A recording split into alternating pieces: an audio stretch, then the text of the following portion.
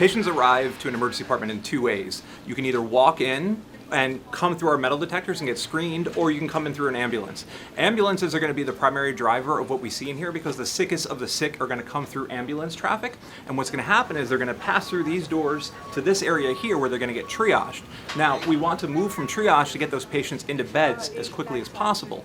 Part of the problem is if we're full with a lot of sick people and we're boarding, patients stack up here and we wind up with patients waiting with EMS crews longer than they should. A very sick baby coming into 1R right now. Yeah. As you walk through, it takes minutes to get a child who's very sick from the time they enter to when they hit the emergency room for pediatrics, which is 2 floors away. All babies have to come through a very crowded adult emergency room, and you got to wend your way past equipment and patients in the hallway. At any point during that transport, the patient is with other staff, and we have to make sure that patient's safe. And at the extreme case, we would even stop and bring that patient right into a room in the adult emergency department and call the pediatric team down to care for the kid right here in the adult ED. A good amount of our day, maybe even half of our day, spent navigating the space that we have, moving patients from room to room, and trying to make the most of the care space that we have.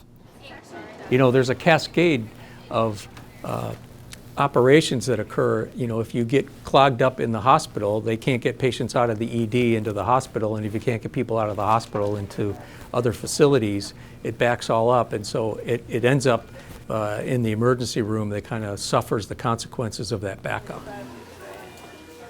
Anytime you're walking through that hallway and you see these patients in the lining the hallway with their business out in front of everyone, it's just devastating. It's heartbreaking.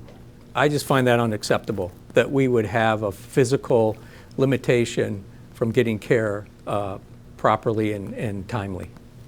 It's as bad as it gets to me. We are going to see more patients come in as expected because emergency department volumes are growing across the country. So it's important that an emergency department be adequate to the needs of the community, and our space to the needs of the community is completely inadequate. Vivian, you have a lab call holding on 411. Vivian, 411 lab call.